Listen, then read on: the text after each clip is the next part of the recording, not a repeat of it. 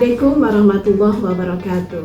Hai sahabat Bawaslu, mendengar kata pemilu maupun pemilihan, politik uang dan netralitas aparatur negara menjadi topik yang sangat hangat dan menarik untuk diperbincangkan.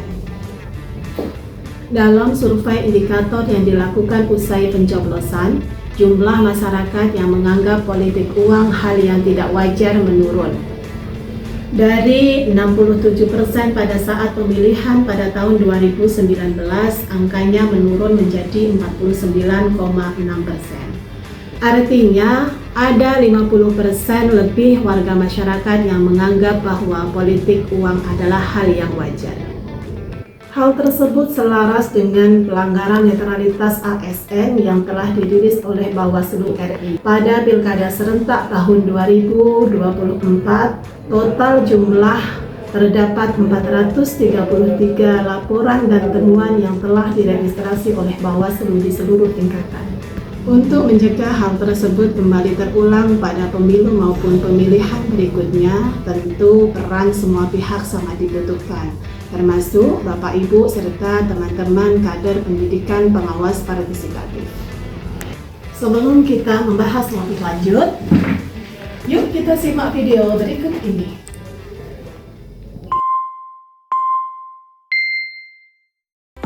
Ini bukan iklan makanan seperti yang kamu bayangkan, tapi kamu bisa bayangkan setiap manis dan lezatnya video ini sama seperti janji manis oknum-oknum di pemilu yang siap membeli suaramu.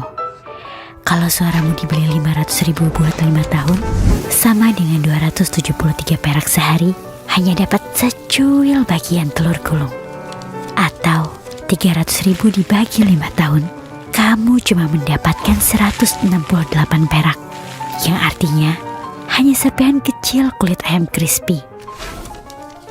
Bahkan selembar uang 100.000 untuk 5 tahun hanya jadi 5 biji kuaci dalam sehari. Apakah sepadan? Suaramu sangat berharga, tak bisa ditukar apapun. Sayangi suaramu, tolak politik uang.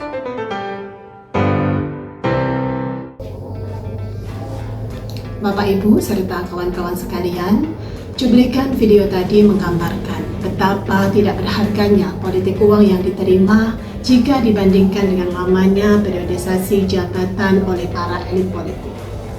Politik uang merupakan praktik pemberian uang, barang, atau hadiah lainnya kepada pemilih untuk mempengaruhi pilihan mereka dalam suatu pemilu maupun pemilihan.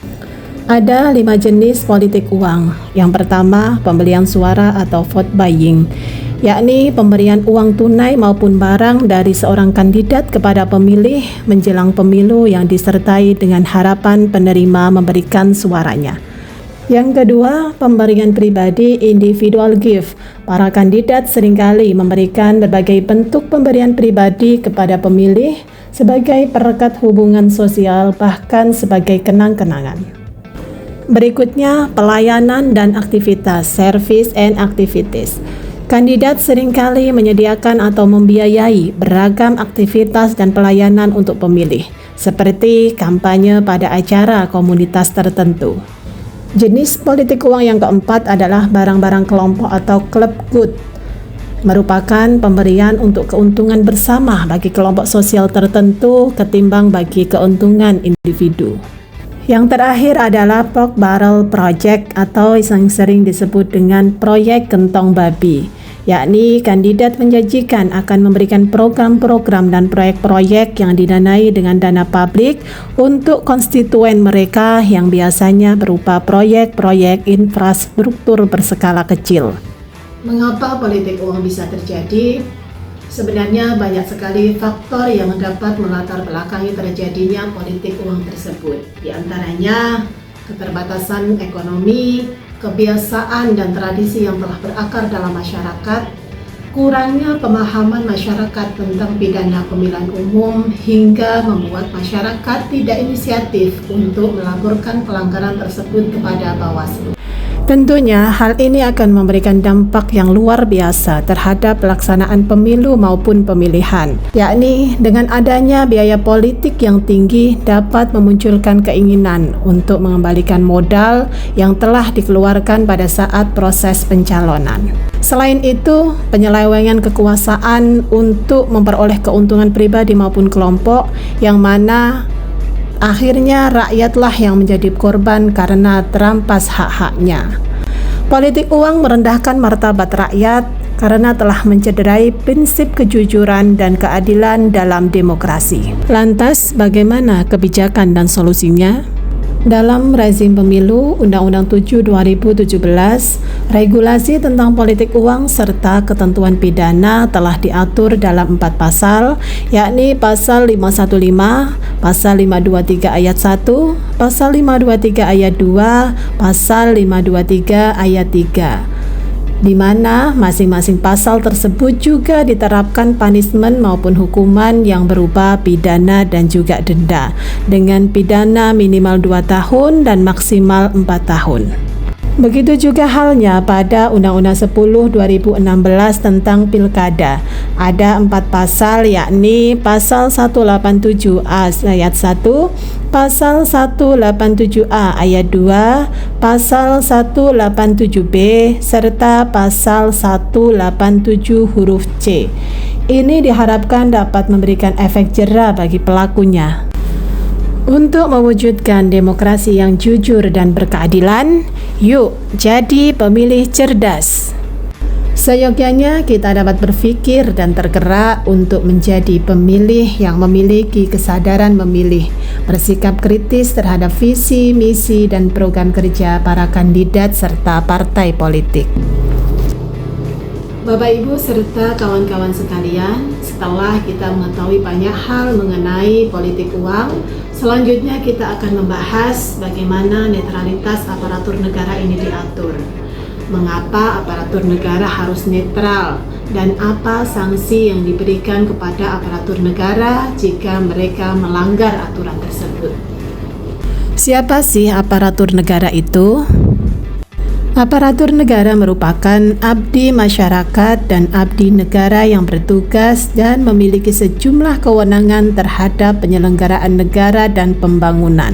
Di antaranya ada ASN, TNI, dan Polri. Dalam menjalankan tugasnya, aparatur negara memiliki hak dan kewajiban yang harus dipenuhi. Berbicara tentang kewajiban, salah satu kewajiban aparatur negara adalah harus netral. Kenapa ya aparatur negara itu harus netral?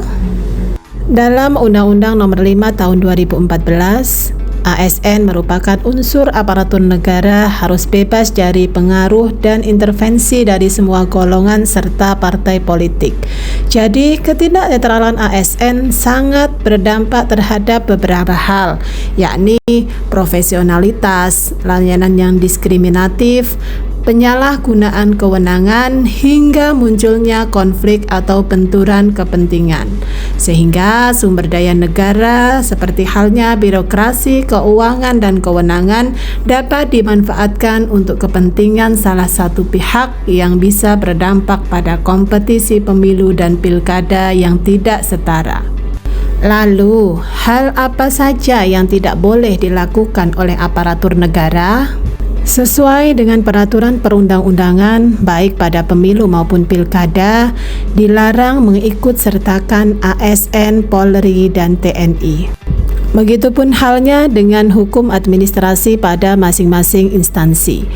Peraturan Pemerintah Nomor 94 Tahun 2021 Pasal 5 menyebutkan dengan jelas larangan terhadap PNS untuk memberikan dukungan kepada calon presiden maupun wakil presiden, calon kepala daerah maupun wakil kepala daerah, calon anggota Dewan Perwakilan Rakyat, calon anggota Dewan Perwakilan Daerah, serta calon anggota Dewan Perwakilan Rakyat Daerah.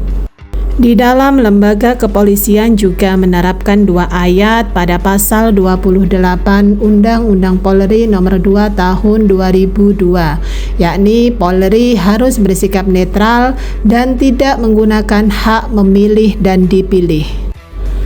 Undang-Undang TNI Nomor 34 Tahun 2004 Pasal 39 menyebutkan prajurit dilarang terlibat dalam kegiatan menjadi anggota partai politik, politik praktis, serta untuk dipilih menjadi anggota legislatif dalam pemilihan umum dan jabatan politis lainnya.